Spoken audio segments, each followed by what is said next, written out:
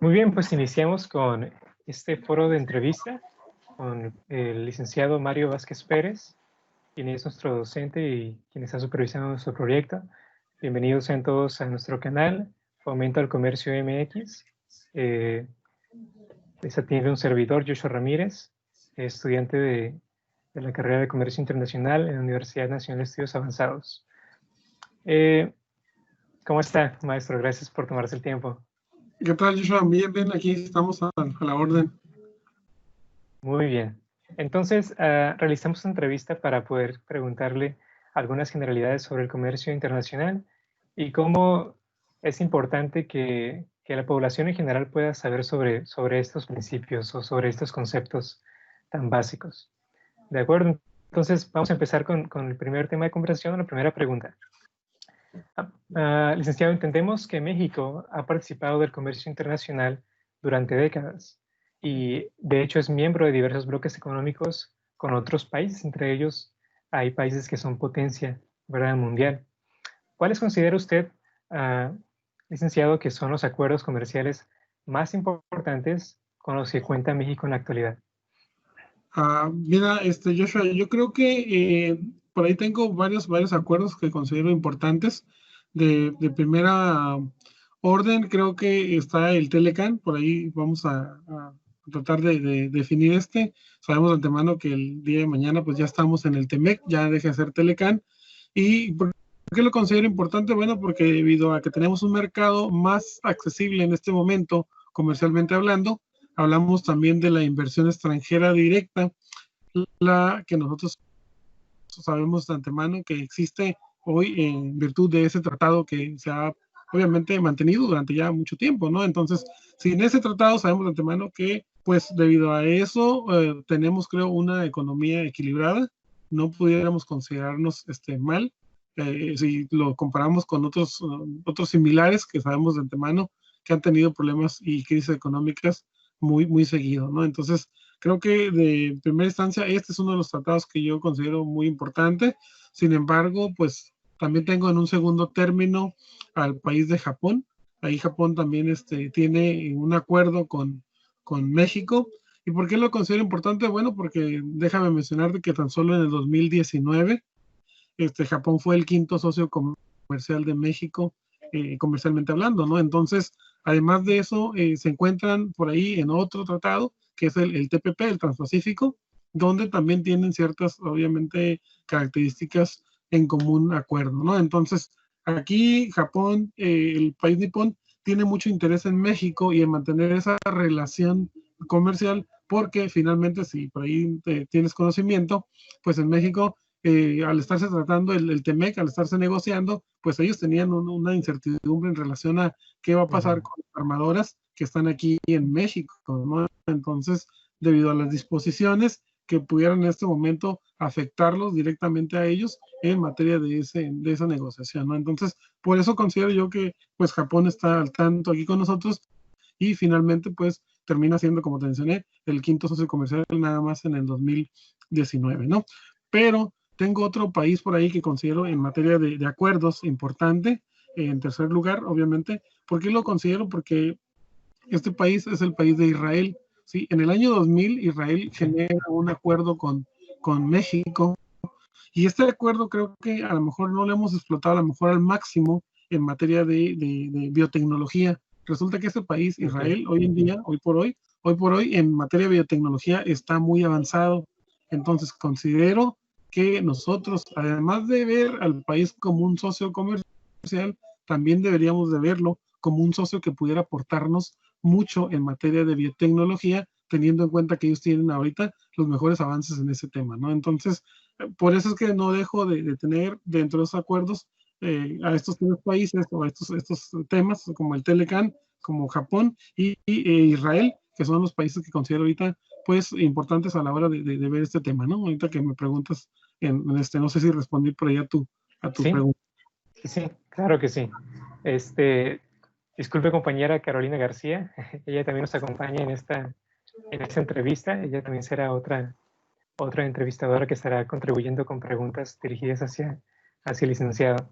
Y es su oportunidad ahora de dirigirle la palabra. Buenas noches, profesor. La siguiente pregunta que le quiero realizar es, ¿cómo puede un ciudadano común beneficiarse con esos acuerdos? Como ya sabemos, muchas empresas se benefician, pero personas comunes, ¿qué beneficio pueden tener con esos tratados?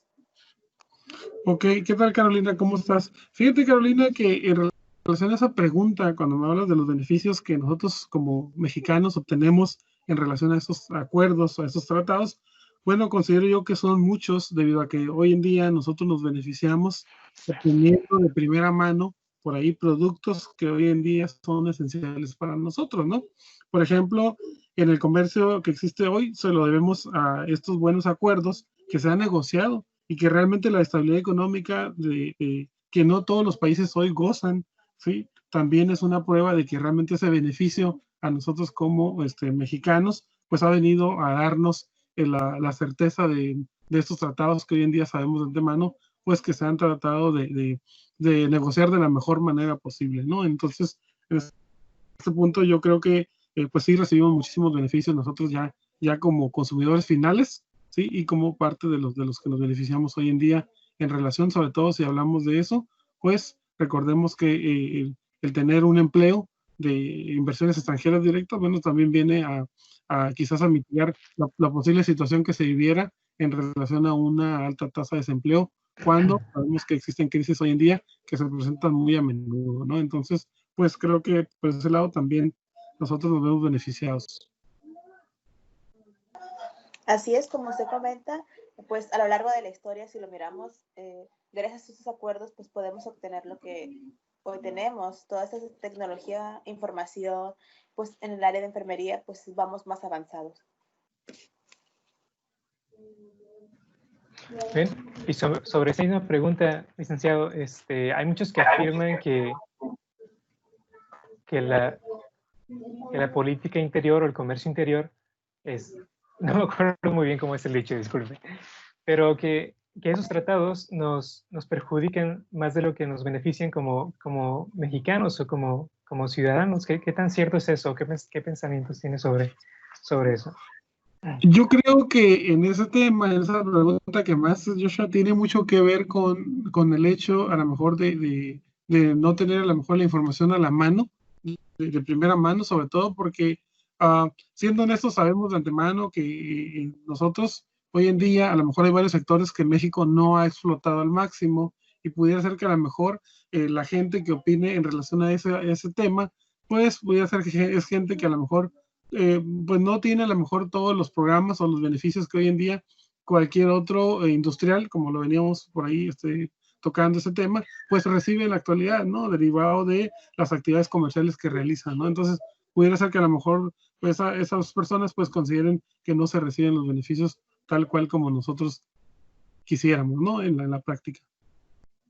Ok, muy bien. Gracias por su comentario. El siguiente tema tiene que ver con los principales desafíos que una persona común y corriente, un emprendedor, digamos, enfrenta al querer importar o exportar mercancía de otros países. ¿Cuáles considera usted que son los principales desafíos que alguien enfrenta al querer empezar con esa actividad? Pues mira, en relación a tu pregunta, yo considero que son muchos los desafíos en la actualidad. De primera instancia, considero que es la homologación que la misma Secretaría de Hacienda y Crédito Público pues hace al determinar que solo los que se encuentran en el padrón de importadores, ¿sí? Son los que tienen obviamente el derecho de hacer uso de esta actividad, ¿no?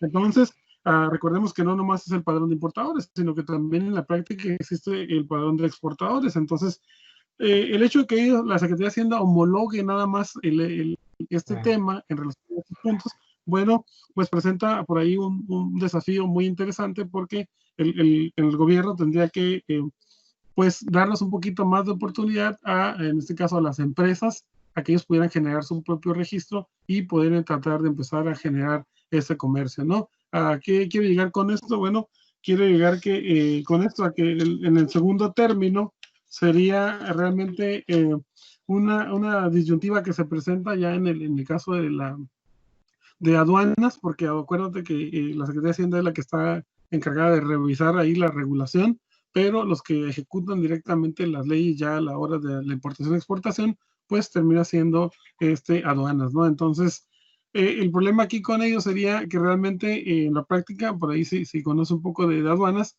un particular pudiera importar un producto, claro, en la práctica eso se puede, ¿no? Tú vas a Estados Unidos, compras ahorita, digamos, a lo mejor una maquinaria, una herramienta que necesitas de primera mano, y claro que puedes pasar con ella, ¿no? Siempre y cuando tú tengas que declararla, ¿no? El único problema a los que nos enfrentamos nosotros es que cuando ya son más de 2 artículos, ¿sí? Que en este caso tendrían que ser específicamente, a lo mejor, si hablamos de 2 artículos iguales, entonces en ese momento la misma autoridad, en este caso aduanas, pues te redirecciona con el padrón de importadores, ¿no? Porque te dice, tú ya no puedes tener acceso a realizar esta actividad, ¿no? Entonces, si ya lo ves desde ese plano, pues claro que existen varias afectaciones, ¿no? Definitivamente, porque entonces sería imposible que una empresa micro, porque lo vamos a llevar hasta este nivel, ¿no? Que una empresa micro pudiera realmente generar su exportación de sus productos, que sabes de antemano que no cuenta con la capacidad económica, pero aparte de eso también con la capacidad a lo mejor productiva para poder realizar todas esas actividades, ¿no? Entonces, por eso es que yo considero que son varios en ese aspecto. Ok, sí, es muy cierto y muy interesante lo que menciona y es algo que hemos vivido y que nos toca ver muy seguido aquí en Tijuana, ¿verdad? Siendo frontera, cuando vas de compras y pues si compras 2 televisiones, lo ven como si fueses a comercializarlas, ¿verdad? Y te cobran impuestos extras a causa de eso. Entonces es una medida que necesita mejorarse, ¿verdad? Y por último, dentro de esta pregunta que me hiciste, creo que hay un tercer punto. Aquí en ese tercer punto quiero agregar que es la información que existe también hoy en día en los sitios, en las páginas de consulta, ¿no? Por ejemplo, en este caso, los sitios son muy técnicos cuando hablamos de temas de importación y exportación, y eso también limita en este punto, de acuerdo a la pregunta que me hiciste, pues a los desafíos que realmente se convierten en un problema para que cualquier empresario, ¿sí? Hablando desde un nivel bajo a un nivel mediano, pudiera entender todos esos tecnicismos que hoy en día se utilizan en materia de importación y exportación. Entonces, creo que aquí también el gobierno debería considerar que hay otros niveles más básicos que también necesitan su comprensión para poder, obviamente, atender esta situación que se presenta, ¿no? Entonces, creo que va muy de la mano este tema esta pregunta que haces. Correcto, gracias. Pasamos a la siguiente pregunta, profe, que es, ¿qué medidas o operaciones relacionadas al comercio exterior necesitan mejorar en México? Muy bien, tu pregunta, Carolina, va muy en relación a la situación que vivimos hoy en día. Yo creo que aquí en este tema, la preocupación directa que yo tengo o que siento es muy de cerca al sector primario. Específicamente me voy a enfocar en el campo, ¿no? ¿Por qué me enfoco en este tema o en este sector? Porque sabemos de antemano que hay muy poco apoyo que el gobierno mexicano destina a este sector, ¿no? Entonces, hoy en día nosotros tenemos un gran problema. Nuestro primer problema que tenemos es que en la actualidad nosotros dependemos de otros países para recibir insumos básicos, ¿no? Situación que considero dentro del tema, pues no debiera de verse por ese lado de esa manera, porque considero que gente mexicana que atiende el campo en fomento, en el caso de agricultura, en este caso en ganadería, pues la tenemos, ¿no? Sin embargo, quiero mencionarte que hay 5 productos principales. Bueno, en este caso te voy a mencionar 4 nada más, que son los que hoy en día nosotros no tenemos aquí como para satisfacer al país, ¿no? Entonces, pues ese considero que son una de las situaciones que hoy en día se presentan en el sector mexicano, ¿no? Por ejemplo, el maíz, el trigo, el cerdo y el pollo, solo por mencionarte algunos, son productos que hoy en día no llegan aquí, bueno, no se producen en su totalidad en México, y eso obviamente nos lleva a hacer exportación, bueno, importación más bien de esos productos a nuestro país para poder abastecer las necesidades del mercado mexicano. Entonces creo que esa es la situación, y dentro de estas medidas creo que el gobierno debería de voltear a ver este sector para apostarle un poquito más y evitar a que pues sean muchos productos de este tipo, sobre todo considerando los básicos, los que se importen para este país, ¿no? Entonces, creo que esas son la situación en relación a tu pregunta. Y tiene mucha razón, porque incluso aquí en Tijuana miramos que en los supermercados vienen limones pues de Estados Unidos, cuando sabemos que aquí somos productores, incluso la fruta viene toda de Estados Unidos. Muchos comentan que la misma fruta se regresa, no las revenden. Ok, sí, puede ser que sí, ya viéndolo bien en ese aspecto, por la cercanía con la frontera, pudiera ser que vaya mucho producto allá para exportación y finalmente termine en el mercado mexicano, ¿no?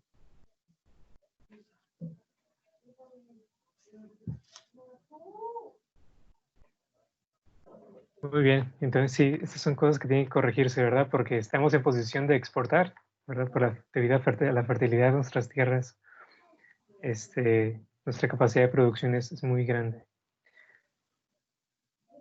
Bien, también queremos tocar el tema sobre el TEMEC.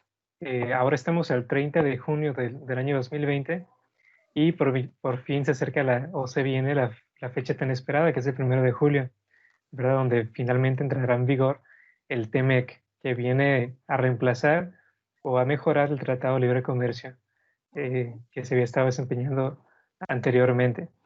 Entonces nuestra pregunta tiene que ver con cuáles van a ser los cambios que vendrán, los más significativos que tendrán relevancia entre la población en general en materia de comercio.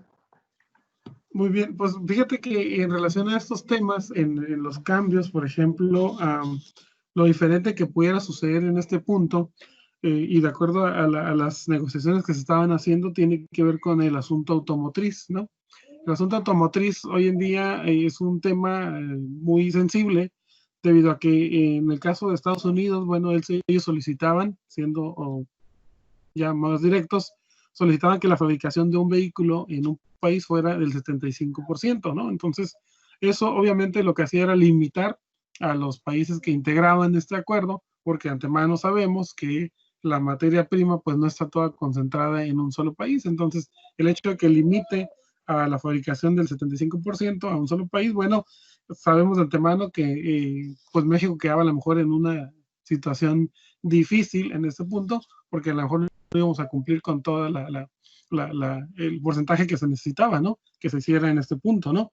Sin embargo, también hay otro tema que considero relevante dentro del sector automotriz, que tenía que ver con el salario de los empleados mexicanos que estuvieran en una armadora, obviamente trabajando para el sector automotriz. Entonces, también de antemano ahí sabes que por ese lado no cumpliríamos, sería muy difícil que en este caso el país mexicano cumpliera con esos objetivos, sobre todo porque sabemos de sobra que lo que ganan, en este caso, una persona en el país americano y lo que gana un canadiense en aquellos países en relación a la disparidad, como se le conoce en economía, cómo se dispara el sueldo que se gana de un lugar a otro, ¿no? De una economía a otra. Entonces, sí cambia, ¿no? Porque ahí lo difícil era reconocer que México pudiera pagarle $16 la hora a un mexicano que trabaje en un sector automotriz, ¿no? Entonces, pues ya prácticamente nos dejaban así como las manitas atadas, sin poder tomar ninguna decisión en ese aspecto, ¿no? Entonces,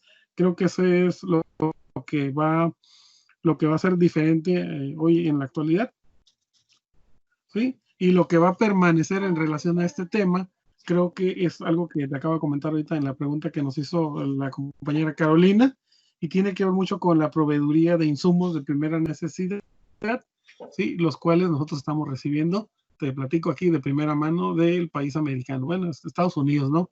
Porque por ahí un compañero otro me dijo, pues americanos todos, ¿no? En la práctica, Estados Unidos, ¿no? Entonces aquí, de primera mano, te comento, Joshua, que Estados Unidos es el país que nos está a nosotros abasteciendo de productos de primera necesidad, en este caso.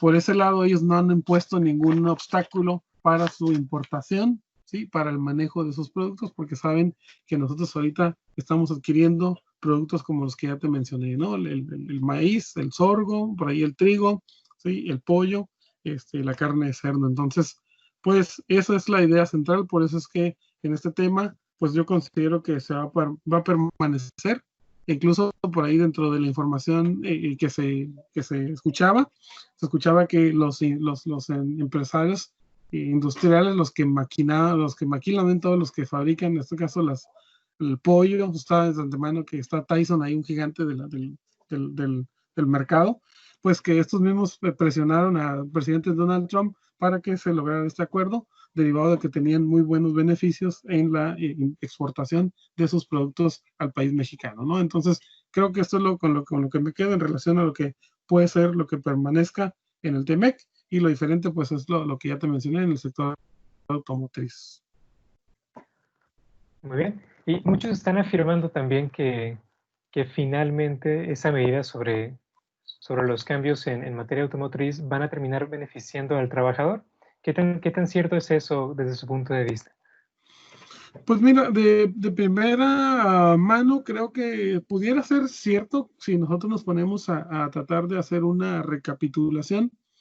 Si mal no recuerdo, cuando estaba en la administración del presidente Enrique Peña Nieto, el gobierno de Donald Trump lanzó una noticia por ahí que cayó como una bomba al sector mexicano, porque hablaba de que la migración se daba por los bajos sueldos o los sueldos tan precarios que manejaba la economía mexicana para sus, obviamente, habitantes en el país, ¿no? Entonces, decía el presidente Donald Trump, textualmente, de sus palabras, decía que si el gobierno, ¿sí?, les pagara un mejor sueldo, en ese momento la gente iba a dejar de emigrar hacia otros países y entonces se iba a lograr eso que ellos querían, ¿no? Entonces, creo que esto va muy acorde a que posiblemente esa bomba, así literalmente como la soltó el presidente Donald Trump, vino a repercutir en el hecho de que al 2019, al entrar el 2019, por ahí creo que te acuerdas, 2018-2019, se hizo una modificación al salario, donde ya